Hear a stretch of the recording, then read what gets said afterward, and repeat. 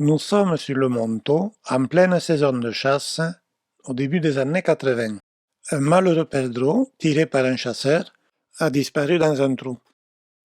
Albert Sabérou, ami du chasseur, maçon à Féline-Termenès et passionné d'ornithologie et d'archéologie, en est informé. Il descend immédiatement à l'intérieur, visiter ce nouveau site qu'il ne connaissait pas. Il en ressort avec une petite valise d'ossements qui sera envoyée à Marilène Patou du Muséum d'histoire naturelle. Marilène Patou proposera de venir fouiller la grotte avec une équipe de jeunes archéologues, principalement féminines, équipe qui étonnera les habitantes et habitants du village. La grotte du Garoya, oubliée de l'histoire, va bientôt livrer de nombreux secrets sur le passé de Davejean. Marilène Patou-Matisse se souvient de cette campagne de fouilles.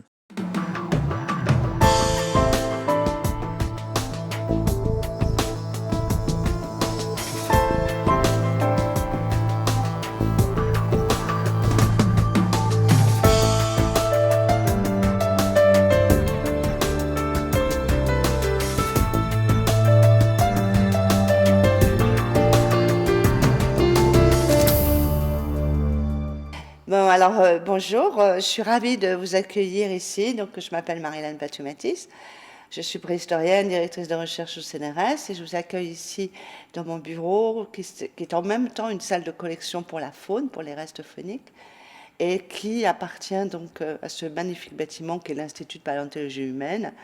Et donc, c'est vraiment quelque chose de très intéressant de se retrouver là parce que c'est un lieu historique. La préhistoire au départ, elle s'est fait en grande partie ici, puisque c'est un bâtiment qui date des années 1910. Et c'était le prince Albert Ier de Monaco qui avait voulu cet institut de recherche en préhistoire, puisqu'il était en face des grottes de Grimaldi. Et donc c'est une très vieille histoire, donc ça a beaucoup de charme, c'est beaucoup art déco, donc c'est très plaisant et c'est magnifique. Et en fin de compte, ce bâtiment très inspirant, accueille aussi des gens comme moi, c'est-à-dire bien sûr professionnels, mais aussi qui sont portés donc par cet intérêt vers la préhistoire, vers l'origine de l'homme, des humains, leur comportement. Donc toute cette atmosphère aussi très importante pour nous, pour cette réflexion autour des premiers humains. Et personnellement, ce qui m'avait vraiment aussi intéressé quand j'étais beaucoup plus jeune, avant de me lancer dans cette profession, c'est le fait que on est presque dans un mystère toujours en permanence parce qu'on fait des fouilles archéologiques. Notre travail, notre métier, c'est du terrain. On fait des fouilles, on sort du matériel archéologique, c'est des ossements, c'est des poteries pour les périodes plus récentes, c'est des ossements humains et d'animaux, c'est des outils taillés, etc. Donc on sort beaucoup de choses, on les étudie. Et ça, c'est très très important parce que à partir de ce travail, on va pouvoir parler des comportements. Mais surtout, on ne sait pas ce qu'on va trouver. C'est toujours le hasard, des fois, qui fait un petit peu les belles surprises, parce que, mais on dirait, comme pasteur, il paraît que la chance ne sourit qu'à ceux qui sont aux esprits préparés. Bon, peut-être, mais en tout cas, toujours est-il qu'il y avait eu cette opportunité. Moi, j'étais en lien déjà avec des archéologues du Sud, notamment avec Dominique Sacchi, avec Jean Guilaine. Et donc, j'avais déjà ces liens, et il est venu à mes oreilles. Alors, ça remonte, hein, puisque c'est tout début des 79 ou 80, 1980, donc ça remonte. Mais si je me souviens, c'est on nous avait signalé, et c'est un homme extraordinaire que j'aime beaucoup, beaucoup, qui s'appelle Albert Sabérou. Je garde vraiment un très très beau souvenir de nos rencontres, qui avait donc trouvé des choses dans cette grotte, des vestiges archéologiques. Et je crois que c'est ça, je crois qu'on m'a parlé, quelqu'un m'a dit, et donc ça a démarré comme ça. Et c'est vrai que pour moi, c'était un peu le premier bain, quoi, la première, voilà, où j'ai pu faire cette recherche en tant que fouilleur, d'aller fouiller, de mener cette petite mission de terrain. Et pour moi, ça a été intéressant parce que moi, je démarrais, hein, j'étais vraiment. Et c'était pas du tout ma période, mais ça, je le savais pas. C'est parce qu'il y avait. Moi, je travaillais beaucoup sur les animaux déjà. Ma spécialité, c'est l'archéologie. même si c'est sur les Néandertaliens, c'est les rapports des Néandertaliens avec les animaux. Et donc là, on m'avait dit, en plus dans ce matériel, il y avait un animal particulier, une sorte d'âne sauvage, et c'est ça qui m'avait aussi attiré. C'est-à-dire que cet Equus hydrontinus, pour nous, on avait connaissance que ça allait pas très haut, c'est-à-dire qu'on pensait que c'était au néolithique, donc même au début, voilà, qui s'éteignait, qui disparaissait. Donc c'était intéressant de dire, ah, il y a peut-être des choses plus anciennes, assez anciennes. Et donc c'était vraiment l'intérêt, c'était ça. Il y avait là, vous voyez, une espèce de mystère aussi à aller voir. Qu'est-ce qui se passe avec cette espèce d'âne sauvage? Et donc voilà, j'ai dit, ben, allez, allons-y. J'avais demandé justement à Jean Guilaine et à Saki un petit peu des conseils. Et puis voilà, ça s'est fait comme ça. Et après, malheureusement, j'étais en pleine thèse, donc j'ai pas pu continuer, je l'ai pas fait longtemps, parce que vraiment c'était très intéressant, mais bon, c'était quand même pas mon sujet non plus de thèse sur les Néandertaliens. J'avais ma thèse qu'il fallait que je finisse, puisque je l'ai soutenue en 84. Mais pour moi, ça reste, c'est quelque chose qui a été très important à plusieurs titres. Alors, bien sûr, au niveau sciences, mais pas que. Je dirais même, surtout autre chose, c'est l'apprentissage du terrain, de la collaboration. C'est-à-dire que là, quand vous avez une équipe, pas beaucoup d'argent pour faire ses fouilles et tout, donc pour la nourriture et tout, c'était sportif. Et donc de trouver dans ce bain, bon, et c'est là où vous rencontrez vraiment le côté très solidaire, le côté fraternel sur un même projet qui était la fouille du Garoya. Et donc pour moi, ça c'était vraiment un très bel apprentissage parce que c'était mes premiers débuts. Et puis voilà, cette découverte avec ce Tecus hydrontinus, ça a été ma première publication, et surtout avec une très grande paléontologue de l'époque, qui s'appelle Vera Eisenman, et qui était vraiment mondialement connue pour les chevaux. Elle avait énormément travaillé, maintenant elle est à la retraite. Elle était du muséum. Et là, vous vous rendez compte, pour moi, la première publication, et en plus avec quelqu'un de cette qualité professionnelle, donc qui était Vera Eisenman, donc je me suis dit, si elle se penche sur ça, c'est que c'est intéressant. Et voilà, et donc ça a été quelque chose de très riche, humainement parlant, de très riche. On garde des bons souvenirs parce que déjà on était une petite équipe là de très jeunes on s'entendait bien, et puis dans le village on n'a pas eu de problème, et surtout on avait notre ange gardien, notre Albert qui est vraiment l'ange gardien. Je pense que si j'en garde un très bon souvenir, et si d'ailleurs avec certains des fouilleurs je suis toujours en contact, donc si on garde un si bon souvenir, c'est parce que aussi il y avait ça, parce qu'on n'avait pas des moments faciles, il y a des moments difficiles. Et donc, elle a été là, et je pense que ça, c'est quelque chose de très, très important. Surtout pour une novice comme moi, à l'époque, vous imaginez. Donc, et c'était vraiment pour moi important. Et donc, je ne perçois pas, il y en avait peut-être eu, mais j'en ai vraiment, mais vraiment, franchement, aucun souvenir. C'est-à-dire que je n'ai pas du tout, j'ai plutôt l'impression que ça roulait, que c'était quelque chose assez bien accepté. Mais en tout cas, voilà. Alors, est-ce que c'est parce que Albert était comme un paratonnerre? Je ne sais pas. Mais en tout cas, c'était vraiment, enfin, moi, je dois dire que je garde un très, très bon souvenir. Le jeune Gauthier Langlois, archéologue local, a également participé aux fouilles qui ont révélé de nombreuses traces d'occupation humaine. Gauthier Langlois est aujourd'hui professeur d'histoire à Carcassonne. On a fouillé pendant 2 ans dans cette grotte. Une grotte qui a connu plusieurs occupations, avec une occupation au chalcolithique bons anciens, ce qui correspond plutôt à des inhumations. À une époque, comme je vous l'ai déjà dit, une inhumation qui se fait. En fait, ces grottes sont un petit peu, en quelque sorte, des dolmens naturels, des hypogées naturels. Et donc, à l'époque, on enterre beaucoup de morts dans des cavernes, comme on en enterre également dans des dolmens. Ensuite, on a eu dans cette grotte différentes occupations qui correspondent généralement à des périodes de refuge, puisque c'est une grotte qui n'est pas forcément très accessible, hein, c'est pas évident de vivre là-dedans. Par contre, elle est très bien cachée. Cette grotte, elle se situe à proximité d'une route qui a donné son nom à un site, qui est la route du Mercadal. Alors, la route de Mercadal, ça veut dire la route du marché ou la route des commerçants. C'est un nom qu'on retrouve dans d'autres endroits. Elle abrite des regards et donc elle peut permettre de servir de refuge.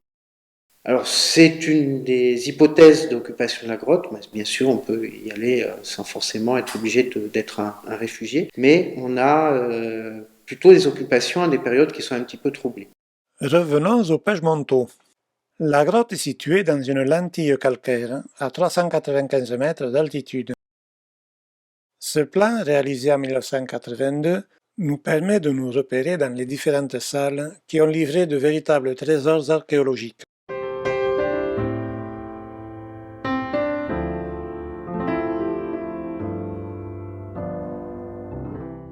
Entrant dans la grotte, les chauves-souris occupent les lieux depuis plus de 5000 ans.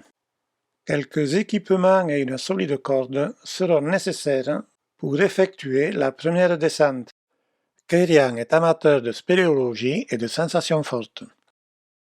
Nous voici maintenant dans la grotte. De belles concrétions calcaires ornent les plafonds et les parois.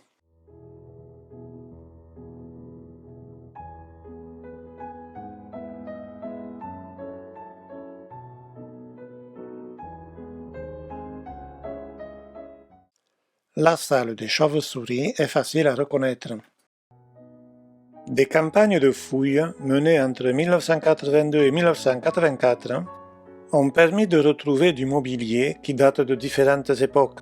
Objets en bronze décorés d'incisions et recouverts d'une dorure qui ne subsiste plus que par endroits, fragments de bois décorés de 3 stries, fragments d'écorce percés de 9 trous, agrafes à double crochet et épingles en bronze, boucles en fer, guichets en grès, houle médiévale, fond de céramique médiévale,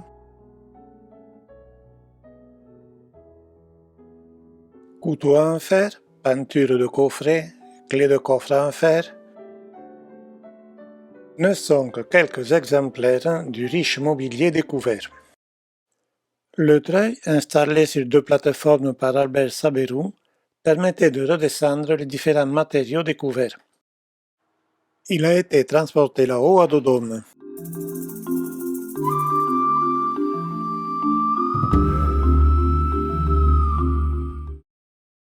La grotte du Garouya a été fréquentée il y a 3000 ans environ avant notre ère jusqu'à la fin du Moyen Âge. Elle a servi de nécropole durant le Bronze Ancien, de moins 1800 à moins 1500 avant notre ère, nécropole dans laquelle on a dénombré pas moins de 10 individus, dont 5 adultes et 5 enfants et adolescents. Et des bergers y ont fabriqué du fromage jusqu'aux années 1400-1500. De nombreux éléments ont été trouvés dans la salle des fouilles, mais certains étaient répartis aussi dans l'ensemble de la grotte. Pointes de flèches en silex et poignards, écarteurs de collier en os poli à perforation en V, éléments de parure en os à perforation en V, céramique de l'âge du bronze ancien moyen, céramique de l'âge du fer, céramique paléochrétienne, mandibule humaine. Explorée à moins d'1 mètre de profondeur, la campagne de fouilles s'est arrêtée, mais en descendant plus profond, nul doute que l'on trouverait encore des traces plus anciennes. Marilène Patou a répertorié de nombreux ossements d'animaux, chiens, loups, renards, belettes, cochons, sangliers, chèvres, moutons, bouquetins, bœufs, cheval, chats, mais les plus remarquables sont certainement ces ossements d'Eucus hydrantinus, cette espèce issue de la préhistoire, et que l'on a trouvé en quantité importante dans la grotte, ce qui confirme que la grotte du Garouya n'a pas encore livré tous ses secrets.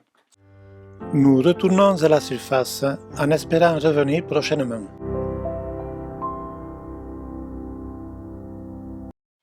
Après plus de 40 ans passés à l'Institut de paléontologie humaine, Les restes des fouilles sont revenus aux archives archéologiques à Carcassonne. Monsieur Gauthier Langlois a retrouvé de nombreuses traces de poterie. Ce jour, il réceptionne les restes des fouilles en compagnie de Benoît Favenec, archéologue. Gauthier Langlois manipule un mobilier qu'il a lui-même découvert dans les couches sédimentaires de la grotte au tout début des années 80. Là, on est dans du mobilier qui est plus ancien, une pointe de flèche qui est en silex. Là, on est plutôt... Enfin, c'est plus ancien, c'est plutôt néolithique.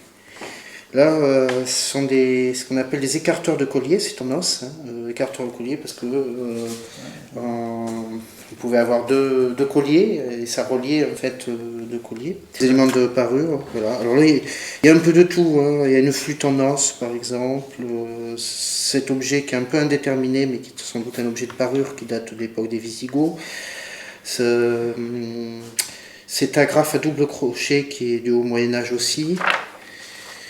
Ce mobilier-là, il est exposé au château de Termes, donc un marteau de menuisier, par exemple, un couteau, des clés, des choses d'ailleurs qui sont tout à fait comparables à ce qu'on peut avoir aujourd'hui. Hein.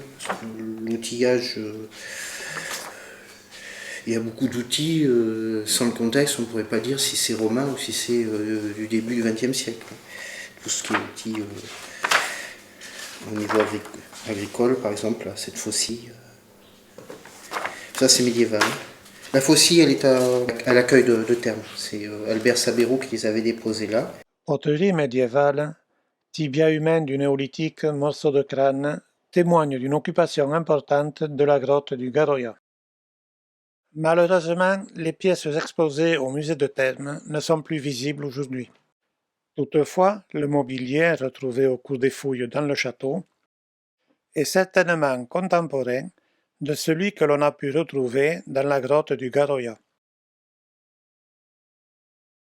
Marilène Patou, formée à l'université Pierre et Marie Curie, préhistorienne, paléontologue, chercheuse, archéozoologiste, a présenté sa thèse de doctorat alors qu'elle était présidente du groupe archéologique des Corbières et qu'elle dirigeait les fouilles. La synthèse de ces fouilles est riche d'enseignements pour le village de Davejean. Le compte rendu présenté lors de l'Assemblée générale de l'association l'année suivante indique que le groupe a été rejoint par de nombreuses autres personnalités. Josette Mazerme représentait son mari Roger, alors maire de Davejean. Le réalisateur de télévision Pierre Dumaillet, les archéologues audois, Jean Zamit, Jean Guilaine, Dominique Sacchi et bien sûr le conseiller général Joseph Barrault faisaient partie des membres de l'association parmi bien d'autres. Dans le même temps, Marie-Vonne Mechler, membre de l'association, a réalisé une étude sur l'histoire de Davejean, étude qui nous aidera à remonter le temps.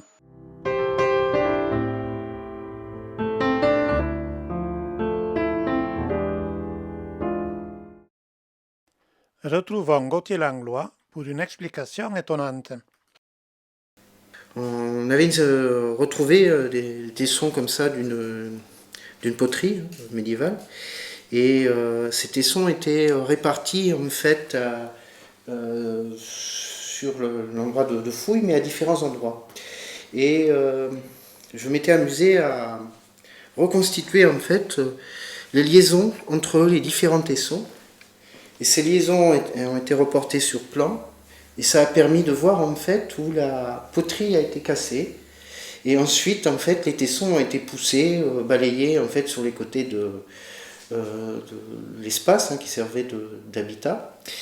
Et il se trouve qu'à l'endroit où la poterie a été cassée, où on a retrouvé les fragments d'ailleurs les plus petits, il y avait une arête rocheuse sur laquelle on se cognait régulièrement. Et donc j'ai eu une hypothèse, c'est que les occupants de la grotte, un occupant comme ça, il a laissé cette poterie, il s'est cogné contre l'arête rocheuse, il a laissé tomber ce vase qui s'est cassé. Voilà, une petite anecdote comme ça qu'on peut reconstituer en faisant des recollages de tessons. Est-ce que vous pensez que le sol sur lequel vous allez marcher, vous, C'est le sol sur lequel ils marchaient eux à l'époque. Il n'y a pas eu de la sédimentation? Tout à fait. Il y a différents niveaux de sol, mais c'était très difficile en fait de distinguer les niveaux de sol simplement à l'œil, puisque le remplissage en fait est à peu près le même, que ce soit du 19e siècle jusqu'au Chalcolithique bronze ancien. Le tout ayant été remué en fait sans doute par des blaireaux, et puis aussi parce qu'on a un réseau de failles, de diaclases, qui fait que des fois certains niveaux archéologiques en fait se sont déplacés, glissés. Et donc justement en faisant des recollages de poterie qu'on a pu reconstituer un petit peu certains niveaux, avec des perturbations donc, de différentes périodes. Roger Mazer était maire du village à cette période. Il souhaite faire passer un message aux nouvelles générations. Je me présente, Roger Mazer, né à Davejan et toujours à Davejan. J'étais maire en 83, j'ai fait un mandat, et puis 20 ans au conseil. Voilà, j'ai fait l'envers, moi. J'ai commencé à être maire, après je suis passé au conseil. Voilà, maire par accident, parce que je voulais pas y être, mais bon, j'ai été élu, donc j'ai été. Voilà, et après j'ai continué en tant que membre du conseil pendant 20 ans. Alors, la grotte de Garouilla, je la connais de nom, j'y suis jamais allé. Je serais incapable même de la trouver. Mon fils la connaît mieux que moi, l'entrée, moi je ne la connais pas. Peut-être que je suis passé à côté, sûrement, en chassant. Et bon, et à cette époque-là, quand il y a eu l'association qui s'est montée pour faire des recherches, c'est très bien ce qui a été fait, mais encore une fois, il n'y a personne, pratiquement personne de Davejan qui s'est impliqué dans ces recherches. Parce que c'était quelque chose de nouveau. Aujourd'hui, on fait des recherches dans les mines, les anciennes mines, il y a du monde qui s'y investit, mais bon, à cette époque-là, donc ça remonte à 40 ans en arrière. Mais c'est vrai qu'après, de la région, de par là, on ne s'est pas trop intéressé au passé. C'est vrai qu'on l'a laissé un peu. Moi, je me rappelle, bon, quand j'étais maire, qu'il y avait l'association, il n'y a personne. Moi, personne de Davejan a été dire, on vient avec vous faire des fouilles. Peut-être qu'on pensait aussi que c'était un peu pas privé, mais que bon, qu'on avait peut-être rien à faire là. Eux, c'était des spécialistes et nous, on n'y connaissait rien à la limite. Bon, donc, mais voilà, c'est dommage.